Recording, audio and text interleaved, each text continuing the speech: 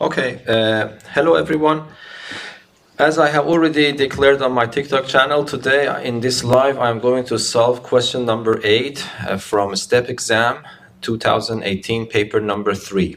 I don't know if you're familiar with the STEP exams. These are designed for the people, these are designed by Cambridge University for those students who are willing to study mathematics, applied or pure, theoretical physics, computer science in one of these prestigious universities of Britain, Imperial College, Cambridge, and Oxford. Okay, so, and then I really like these questions. I'm not saying they are extremely hard, but from my perspective, they are extremely novel. And of course, you can feel the spirit of Cambridge behind these questions. So for example, if you see the question here, usually the question starts with some kind of hint. I would call them a very mini project in mathematics. So usually the goal is the last part of the question here, as you see. So let me use my laser beam. So I hope that you can still see it, yes. So here, for example, the goal is to finally be able to calculate these integrals. Okay, so if that is the goal of the project, the other parts, the previous parts of the question are somehow giving you the hint and the guidance that you need to be able to do it step by step and finalize your project, if you want to really call it project. So I really like the spirit of the questions. Okay, so let us further ado start the question. Okay, so in this question, you should ignore issues of convergence. So it means that don't worry about if your integrals converge or your series converge or not. So just do the calculations. So let I be this integral from 0 to 1, f of x to the power of minus 1 divided by 1 plus x dx, where f of x is a function for which the integral exists. We are supposed to show that the same I can also be written in this form, in the form of an infinite series. Sigma n goes from 1 to infinity, integral from n to n plus 1, f of y divided by y times y, 1 plus y dy. Okay, before reading the other part of the question, so if you don't mind, let us just concentrate and to be able to prove this, okay? So let me now go to the board. So here we want to do this calculation. We are assuming that this integral is given to be I. We want to show that the same I can be written in the form of this infinite series. My goal, the way that I want to solve the problem, for me it is easier to start from this given expression and show that yes, this series indeed converges to the same I if I is this integral. Okay, if that is my goal, probably you know how to start if you have already learned about the infinite series. So first of all, if you don't mind, let me give this a name. Okay, I want to call this integral, which depends on n, yes? I will call it a sub n. And then I define it semicolon equals to this integral from n to n plus 1 f of y over y 1 plus y dy. Okay, then this becomes an infinite series, which is sigma n goes from 1 to infinity a sub n. And my goal is to show that this sigma becomes I. But this sigma is an infinite series. So this means that I want to convince myself that this series converges and the sum of this infinite series is the same I which is offered by that integral. Okay, so that is my goal. Okay, so this is my strategy in place. But now when I have my strategy in place, probably you know what to do if you have already learned your lesson about infinite series. If I want to show that the sum of an infinite series is equal to I have to focus on the sequence of partial sums. Yes. So in other words, I define a new sequence S, let us say sub n in this way, sigma n goes from 1, instead of going to infinity, I go to this index n, but the same sequence in front of the sigma. So this is the sequence of partial sums. And I want to convince myself that this limit of this sequence as n approaches infinity exists and is equal to I. So that's it. So if I can confirm that this is indeed the case, I have been able to show that this sigma is equal to I, so it means that I am able to show that this is indeed correct. Okay, so let us concentrate on Sn. One way, of course, to find the limit of a sequence is to indeed know what the sequence is. So it is not far from imagination that I try to calculate S sub n if possible. Sometimes it is not possible. For this case, especially when you see that n and n plus 1 differ by 1, probably if you have a little bit of experience, you know that it would be possible in this case. So let us do that. So my goal is to calculate S sub n for the first part. So S sub n is equal to sigma, n goes from 1 to, let me see if you can see that, yes, n, and then instead of a sub n, I can put this integral, yes, integral from n to n plus 1, f of y 1 plus y dy. But what is the meaning of a sigma? Okay, of course, if you're experienced, you immediately can get rid of this sigma, but I want to make sure that you really understand what is going on. So if you don't mind, let me expand and be a little bit slow in this case. So I have to replace n with the first number everywhere. Then I replace n everywhere with the second number, n equals to 2, and then I continue this list until I hit the last number and add them up. Okay, so let us do that. So I replace every n with the number 1, so it becomes from 1 to 2. And if you don't mind, because this is not important now, this will repeat itself over and over again. I'm a little bit lazy to write it down, but that is what I mean. So you need to imagine that this one is in front of all of these integrals. So the first one becomes integral from 1 to 2. The next one becomes integral from 2 to 3. The next one becomes integral from 3 to 4. And this list will continue until I reach to the last number. So this means that if I put capital N here, this goes from capital N to capital N plus 1. But all of them have this integrand in front of them. So that is one lazy way of writing that. What do I mean by this? I mean that this expression is in front of all these integrals. The reason I did this, because hopefully if you are a little bit familiar with integrals, you can immediately see that something nice is happening here. Integral from 1 to 2, then from 2 to 3, 3 to 4, up to n plus 1. So I can combine all these integrals into one single integral, which goes from 1 to n plus 1. Okay, so I'll write it here. So remember, I am calculating Sn, so let me write Sn in front of me. Then it becomes integral from the first number 1 up to the last number n plus 1, but my integrand is the same.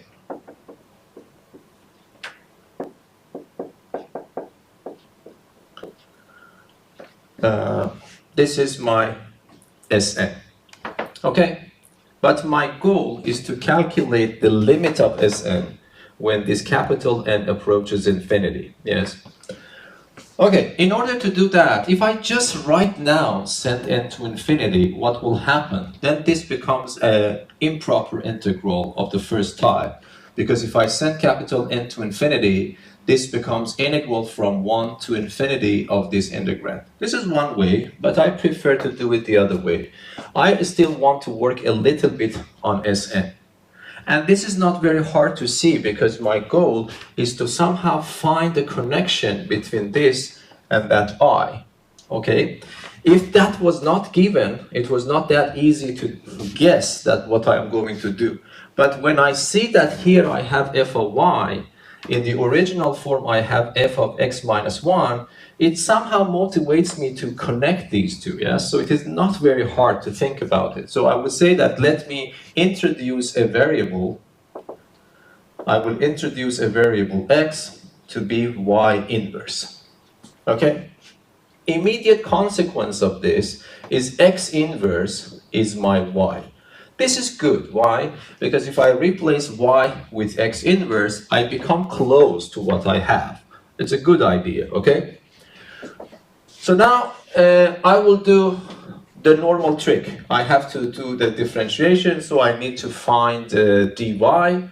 So from here, I calculate dy by taking the derivative. The derivative of x inverse is minus x to power minus 2 dx, which I can write it as minus dx over x to power positive 2. And then the other point is that here, these are the limits of my y variable. So my y variable goes from 1 to capital N plus 1. This then implies that my x variable goes from 1 to power minus 1, which is 1, and n plus 1 to the power of minus 1. So if y is 1, I replace y with 1, x becomes 1. If y is n plus 1, I replace y with n plus 1. N plus 1 to power minus 1 can be written as 1 over n plus 1. Okay, so this means that if I apply these here, instead of going from 1 to n plus 1, I have to go from 1 to 1 over n plus 1. Yes, and then I have f, instead of y, I have x inverse. Instead of this y, again, I have x inverse. Instead of this y, I also have x inverse. But instead of dy, I can put minus dx over x squared. That minus sign, I pull it out, and then I would write dx over x squared. It's promising, yes, because the form is going back to the original form. So it shows me already that probably I am on the right track. Okay, what I can do with this minus sign, I can take this minus sign out. This is a well-known property of definite integrals. I can interchange the limits. But there is one x here. I borrow one x, multiply it here. That x inverse with one of these x's are gone. This is gone. This is one x. That one x I multiply here again. Okay, so let us do everything in one go. So s of n that I was looking for, minus sign is eliminated. These two are interchanged. And then this becomes f of x inverse. One x cancel that x, another x is left, which I multiply in. That x multiplied by 1 becomes x. That x multiplied by x inverse becomes 1. And then I have my dx. Okay, do you see? Now it's very good, because that is more or less identical to identical to this, except that this is 0. And then, of course, that's not a problem, because I calculate Sn. My goal was to calculate the limit of Sn as n approaches infinity. So what I can do here, so I can say that the limit of Sn when n approaches infinity, when n is infinitely large, 1 over infinity is 0, so this becomes integral from 0 to 1, f of x inverse, and then I have 1 plus x dx. Okay, so I was able to show that the limit of the partial sum sequences is, a partial sum sequence is this expression, but this expression, according to the problem, is I. So this is indeed equal to I. So I was able to show that, yes, the limit of Sn when n approaches infinity is indeed I. Okay, the first part of the problem is finished. Okay, let us go and read the rest.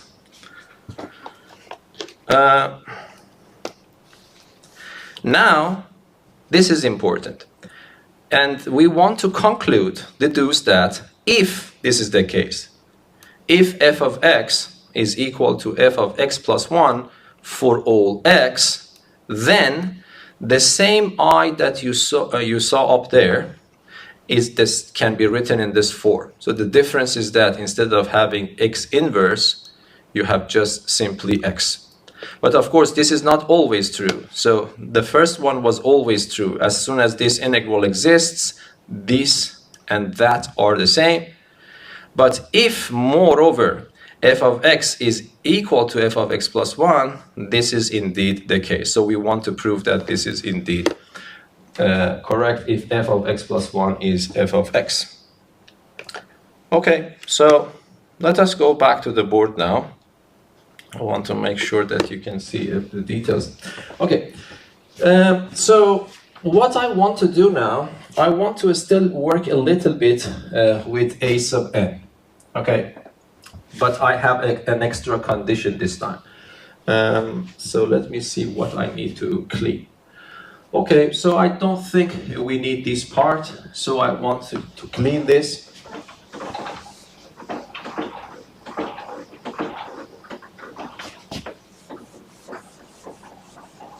And again, I want to go back and start working with an. So this is my an. Okay, so an is the integral from n to n plus 1, and then I have f of y divided by y over 1 plus y dy. Okay, so here the trick that I want to use is somehow, this is not very hard, because whenever you see this combination, if you are good in integration, you immediately remind yourself about partial fractions. Okay, so what I can do, I can write n time to the integral from n to n plus 1. I can, for the time being, copy and paste f of y. But instead of 1 over y times y plus 1, I can write 1 over y minus 1 over 1 plus y. Yes, this is very easy you can confirm it easily, because if I take the common denominator will be this one, 1 plus y goes there, minus y goes there. The y and y will be cancelled, I am left with 1. So what I have done is completely correct. And then I have dy, okay? Now I can multiply this here and there, and then I have the difference of two functions, and I have one integral, but I can decompose my integral to two integrals, yes? So what happens here, this becomes equal to integral from n to n plus 1, f of y over y dy, minus integral f of y 1 over y dy. This is what I have. Okay? So now what I can do, you see this is more or less the same type of integral that I am interested in. But what I want to do now, I want to use the fact that f of x plus 1 is equal to f of x for every x. So it motivates me somehow, if I want to somehow use this assumption, let me change this y to y plus 1.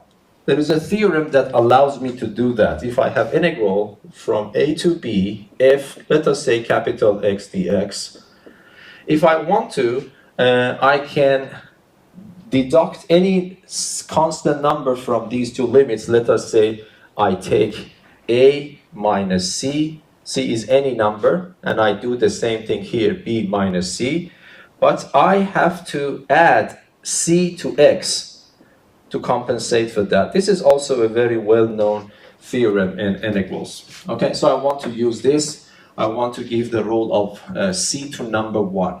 So what I want to do, I want to continue.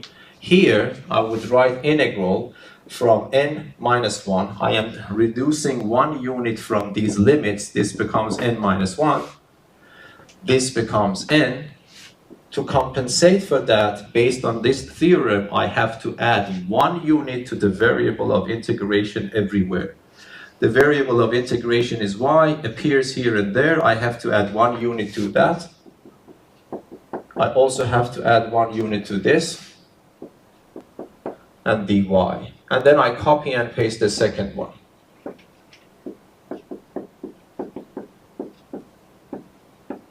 Yes. But what is the benefit of that? The benefit of that, now I can use this fact. This fact is true for every x. So here, that is also true for y as well, because y is an arbitrary number here. That relation is true for an arbitrary x, so that's also true for here. So instead of f of y plus 1, I can simply write just f of y. So let me be a little bit lazy, clean it, and write f of y. Now, okay, so this is my an. But now I want to have my sigma. I want to calculate Sn again. Do you remember Sn was sigma an, n goes from 1 to infinity. Not sorry, to capital N. But an, I put it in this form if I have that extra condition available. So what I can do, I can apply this sigma here minus that sigma here. So let me break my sigma into two parts. So this becomes sigma, n goes from 1 to n equal from n minus 1 to n f of y, y plus 1 dy, minus sigma, n goes from 1 to capital N equal n plus 1, f of y, 1 plus y dy. Okay, but the idea with both sigmas is the same idea that I used here, yes? Here, the difference between this is 1 unit. The difference between these is also 1 unit. So in principle, you can open up this sigma, you can open up this sigma, and apply the same rule, okay? But that is the same idea, so if you don't mind, let me just do it. So if you do that, the integral will be, the sum of these integrals will be the sum from 0 to the final number. Because if you put n equals to 1, the first lower limit is 0, the last upper limit is capital N. If you combine those integrals, it goes from 0 to capital N, f of y, y plus 1 dy. Okay? And the same thing happens here. But this time, when I put n equals to 1, the first lower bound is 1, the last upper bound is capital N plus 1. There is a minus sign, I have to be careful here. So this becomes integral from 1 to capital N plus 1. But the good news is that that is exactly the same integrand. Okay, they are more or less the same, but they have a little bit of differences. So let us fix them. So this goes from 0 to n. So let me write it from 0 to 1.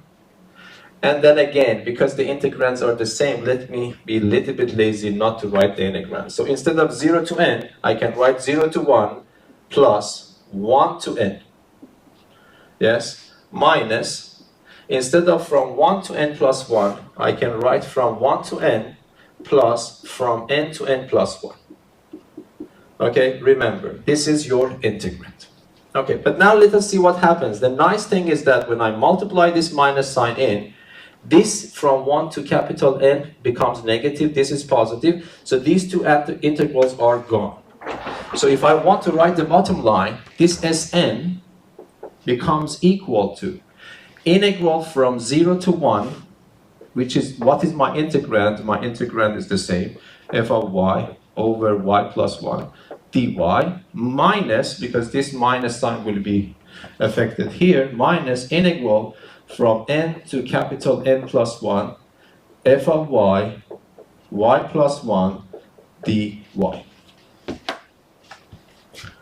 Okay, so, but now if you see, this can be replaced. So here, because y is the dummy variable, here in this integral I can replace y everywhere with another name, for example x. So if you don't mind, let me just do it here.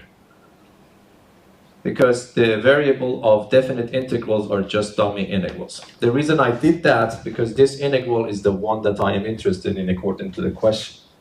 But it doesn't matter here, let us keep it here. So what I was able to show, that this expression is equal to this expression minus that. So now let me take the limit when n goes to infinity. Yes, if I set the limit when n goes to infinity, what happens? This is a constant. You see, it does not depend on the capital N. So that is a constant. So it becomes integral from 0 to 1 f of x divided by x plus 1 dx.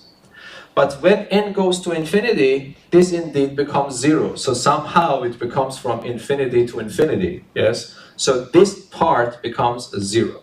By the way, it is not very hard to do it rigorously. You can think a little bit about it yourself.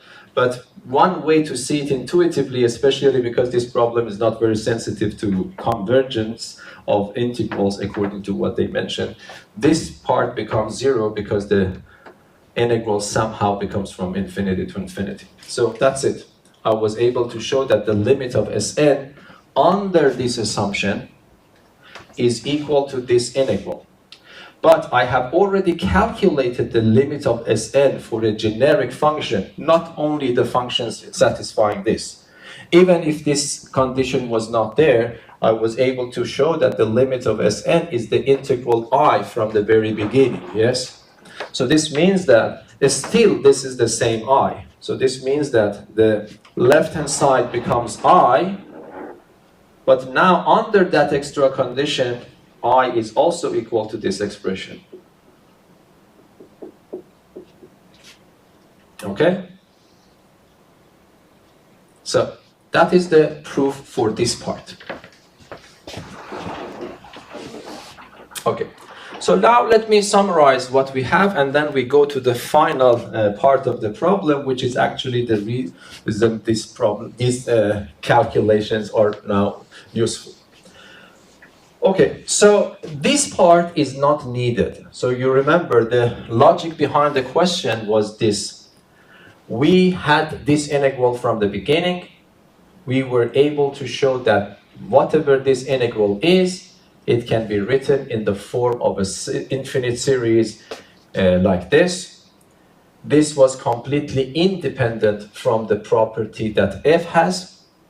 But now we learned that this was needed. You remember I started from exactly this idea.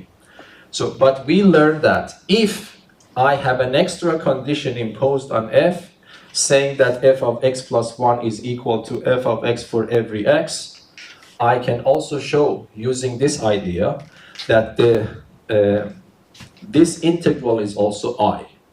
So that is what now important for us. So let me clean this, and I would say that if I is this, and if f of x plus 1 is equal to f of x for all x, then integral from 0 to 1 f of x over 1 plus x dx is also I. That was the point. So we were able to show this in the first part. Now we can use this and then finalize the problem by solving those integrals given at the end of the problem. So let me clean the board. We'll come back and read the problem together and come back and do it. Okay, let us go and read the problem again. Now, the fraction part 2. They are introducing, this symbol is a standard, but they are assuming that might be some of you don't know. So they are actually describing what they mean by curly brackets x. So that is not the set containing x. Be careful. The fractional part, curly brackets x, curly brackets closed, of a real number x is defined to be x minus the floor x, where the floor x is the largest integer less than or equal to x. For example, the curly brackets 3.2 is 0.2. It's the fractional part. And the curly brackets for 3 is 0 because the fractional part of this is 0. It's an integer. Now, use the result of part I to evaluate these integrals. Of course, both of them follow the same idea. So if you know what to do with the first one, you can definitely do the second one. The second one is a little bit more tedious, but both of them are following this. Okay. So let us see what we can do now. My goal is to calculate the integral from 0 to 1, curly brackets of x minus 1, the fractional part of x minus 1, 1 over x dx. Let me double check if I have done it right. Yes, so my goal is to calculate this integral. Okay, now you know what is the idea. You see this integral given is have this structure 0 to 1, 0 to 1, 1 plus x dx, 1 plus x dx. And then you have f of x inverse here in general. Here you have the fraction part of x inverse.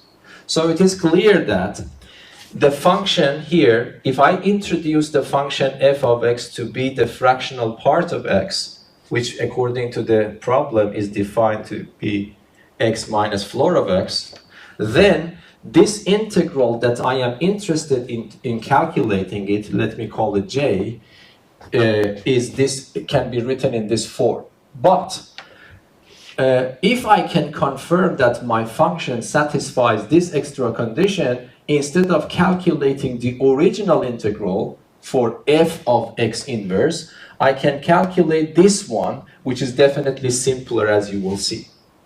Okay, the only thing that I have to check is this is true for this function. Well, let us do that. If I ask you what is f of x plus 1, it means that you replace x with x plus 1 everywhere. So this becomes x plus 1 minus the floor of x plus 1.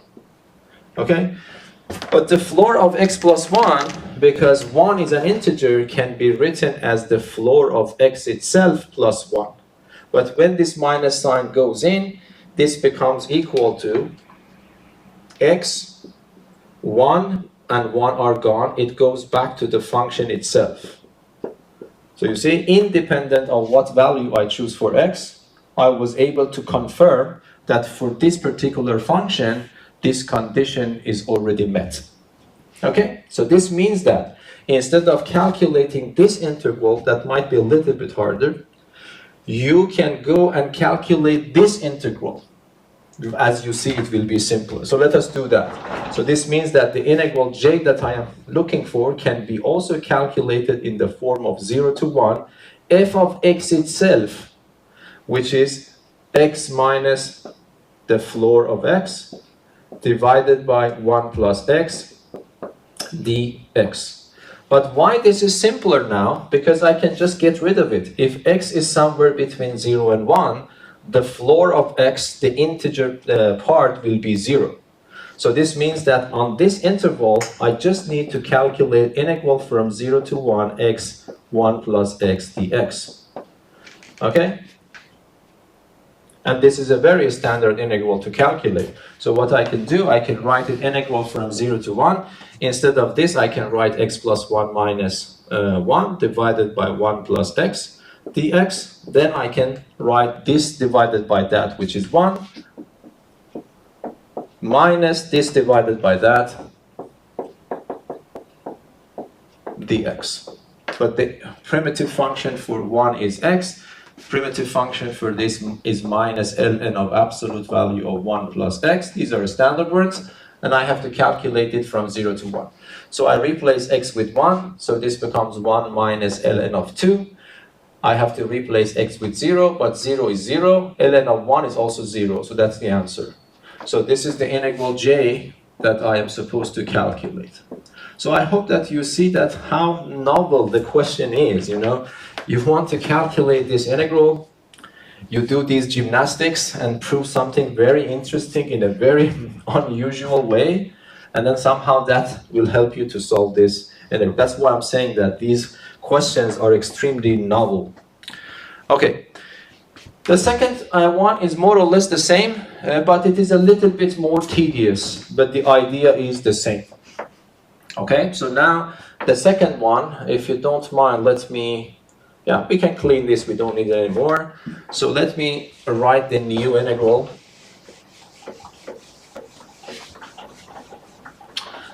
I have to calculate this time, let me call it k, equals to integral from 0 to 1, the fraction part of 2 times x inverse divided by 1 plus x dx. This is what I want to calculate, okay? Let me double check that I haven't written something wrong.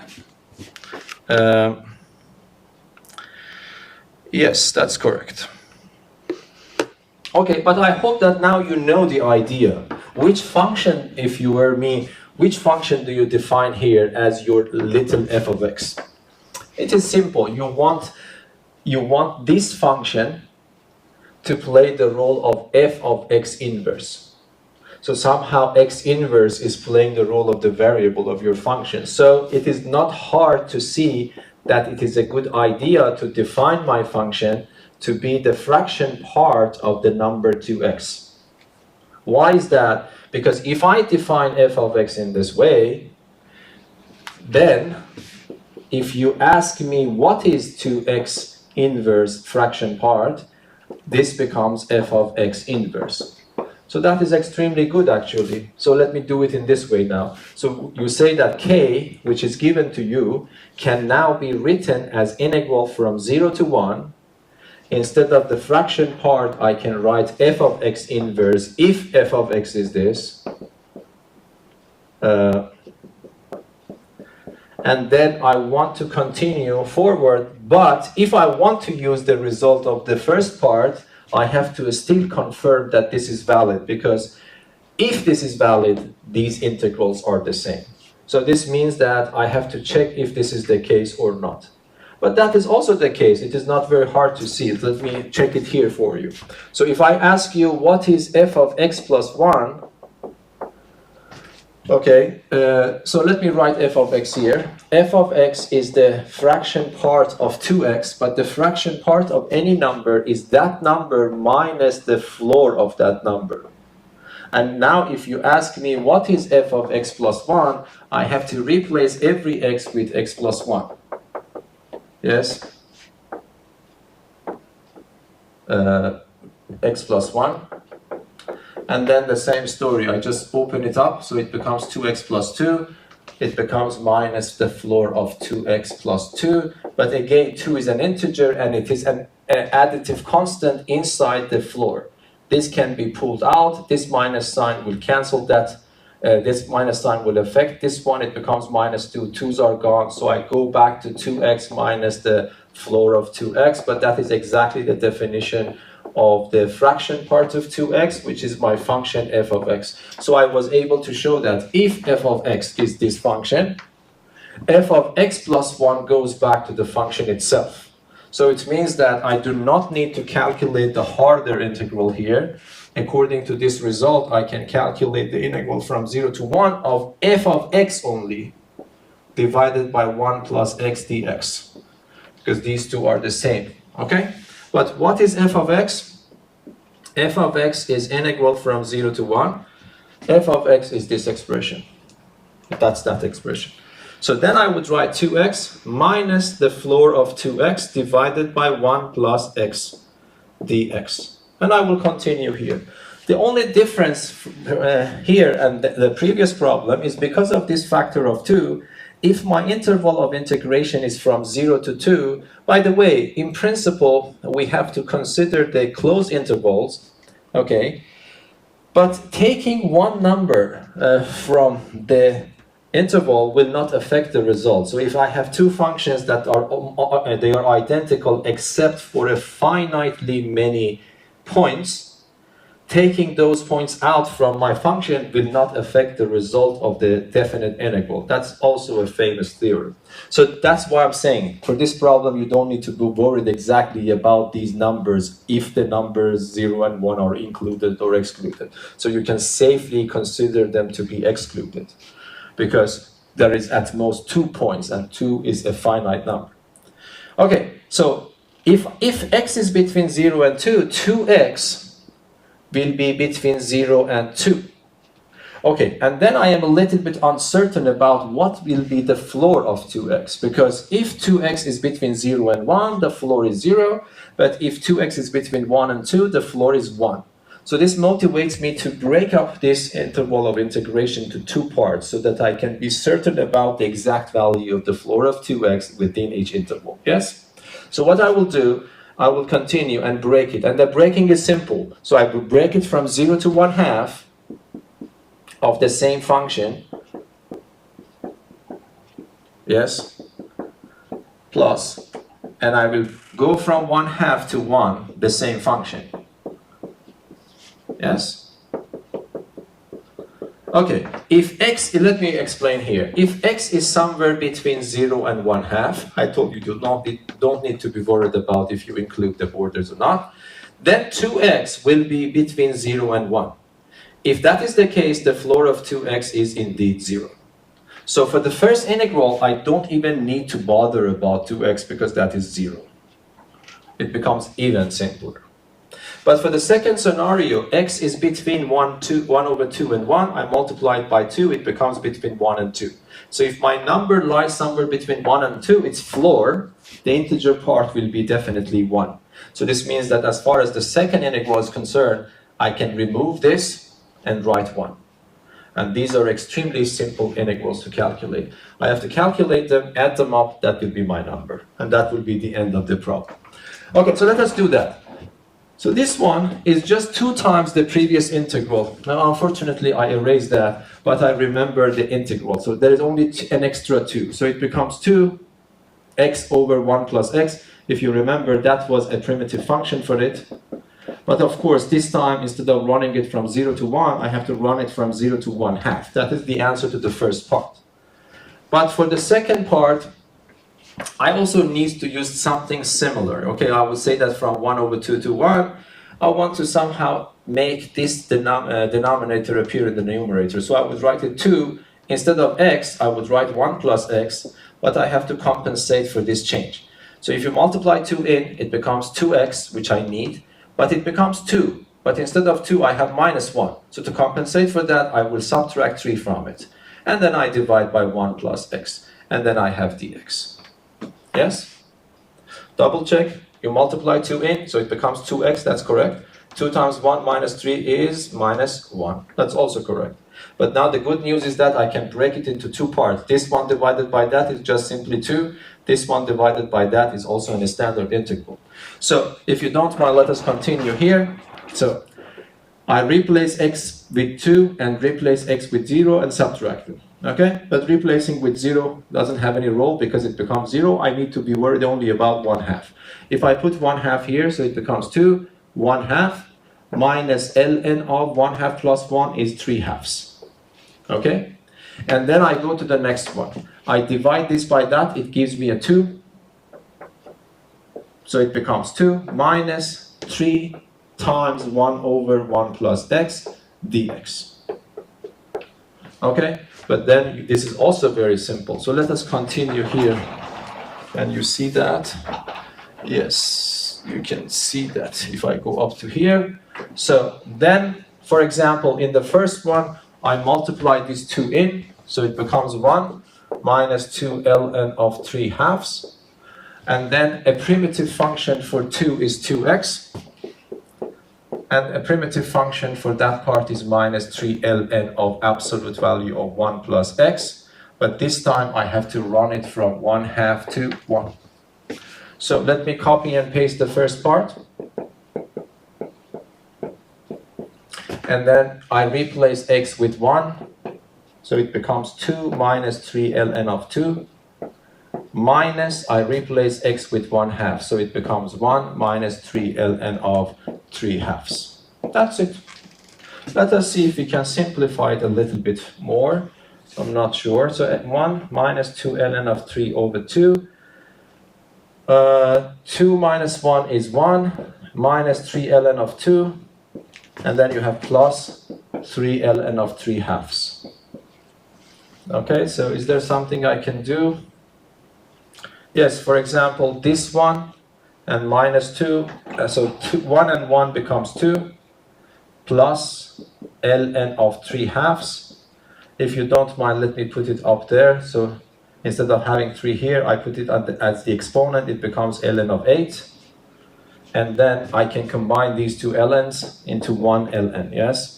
I have to divide 3 over 2 by 8 because I have the difference of 2 natural logarithms. So it becomes 3 over 16.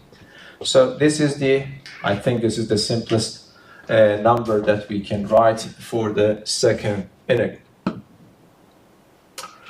Okay, so that is the end of this problem. I myself enjoyed the problem, solving it. I hope that you also enjoyed that. I think the questions in a STEP exam are really good and very novel.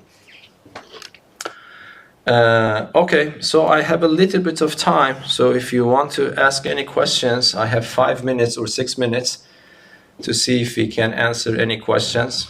everything was clear, hopefully.